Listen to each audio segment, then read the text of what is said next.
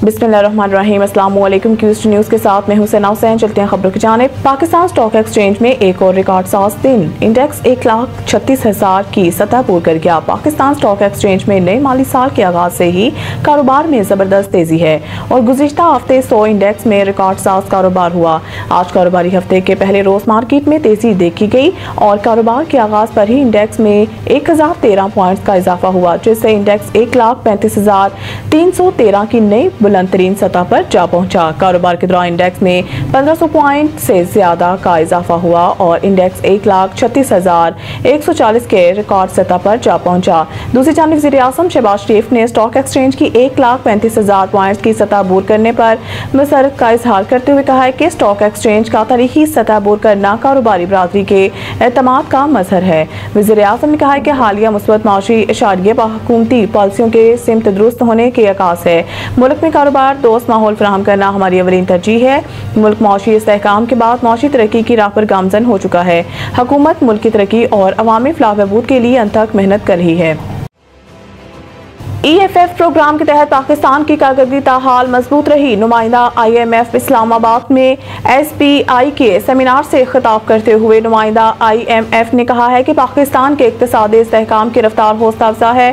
पाकिस्तान में इक्तिसादी इस्तेहकाम की रफ्तार को हौसला अफजा और माहौलियाती इस्लाहात में पेशरफ्त काबिल इस्ताइश है। उन्होंने कहा है कि EFF के तहत पाकिस्तान की कारकर्दगी मजबूत साख्ती इस्लाहात मौशत की पायदारी के लिए नागज़ीर है।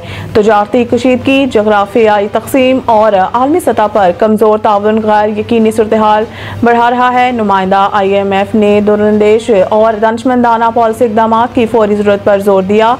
माहिर बैंकिंग ने कहा है कि टैक्स निज़ाम को मुनसिफाना बनाने, कारोबारी माहौल को बेहतर करने और निजी शोबे की क़यादत में सरमायाकारी को फ़रोग़ देने वाले इस्लाहात पाकिस्तान के तवील अलमुद्दती मौशी पायदारी के लिए कलीदी हैसियत रखती हैं। नुमाइंदा IMF ने कहा है कि माहौलियाती इस्लाहात के ज़मन में फ्राहम करदा मावनत न सिर्फ पाकिस्तान की माहौलियाती मज़ाहमत को मुस्तहकम करेगी बल्कि सब्ज़ सरमायाकारी की राह हमवार करेगी। इससे मईशत को माहौल दोस्त तर्ज पर इस्तवार करने में मदद मिलेगी। नवाज शरीफ के करीबी साथी फवाद हसन फवाद की चीनी इंपोर्ट करने की हुकूमती फैसले की मुखालफत।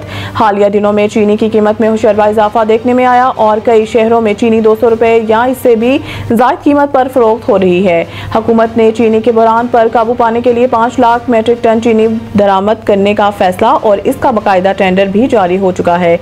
इस हवाले से साबिक निगरान वफाकी वज़ीर फवाद हसन फवाद ने सोशल मीडिया पर अपने बयान में हुकूमती फैसले की मुखालफत की और मुतालबा किया कि $30 करोड़ की चीनी इंपोर्ट करने के फैसले पर फौरी नजरसानी की जाए। फवाद हसन फवाद का कहना था कि चीनी के सबसे बड़े सारिफ आम आदमी नहीं बल्कि फूड और बेवरेजेस इंडस्ट्री हैं। इन्हीं लोगों ने पहले चीनी एक्सपोर्ट करने के ऑर्डर लिए और इंपोर्ट भी यही लोग कर रहे हैं। साबिक निगरान वफाकी वजीर का कहना था कि इन्हीं लोगों ने पहले कीमतों के उतार चढ़ाव और फिर एक्सपोर्ट से भारी मुनाफा कमाया। PTI हुकूमत से नहीं इस्टेब्लिशमेंट से बात करना चाहती है। राना सनाउल्लाह ने कहा है कि बानी PTI कहते हैं मुज़ाकरात में इनकी रिहाई की बात ना की जाए।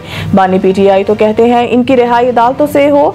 PTI सियासी मुज़ाकरात नहीं करना चाहते तो इनसे क्या बात करें। उन्होंने कहा है कि अली अमीन गन्नापुर की गुफ्तगू से अंदाजा होता है कि PTI मुल्क में अदम इस्तेहकाम चाहती है। इसके अलावा इनका कोई और एजेंडा मालूम नहीं होता। अगर PTI पुरअमन रही तो ठीक है, बस उते दीगर कानून हाथ में लिया और अदम इस्तेहकाम पैदा करने की कोशिश की जो शुरू से इनकी कोशिश रही। ये लोग IMF के दफातर के बाहर जुलूस निकालते थे, खतूत लिख के पाकिस्तान को किस्त ना दी जाए। वो चाहते हैं मुल्क मौशी बदहाली का शिकार हो। अगर ऐसा कुछ हुआ तो यकीनन कानून अपना रास्ता लेगा। लीगी रहनुमा का कहना था कि इमरान खान के मुकदमात अदालत में हैं, उन्होंने इनके खिलाफ अपील की हुई है। PTI का मौक़िफ़ है कि इमरान की रिहाई की बात नहीं करेंगे।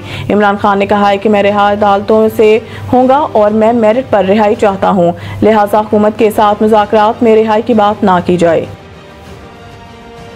मज़ीद न्यूज़ अपडेट के लिए देखते रहिए क्यूस्ट न्यूज़।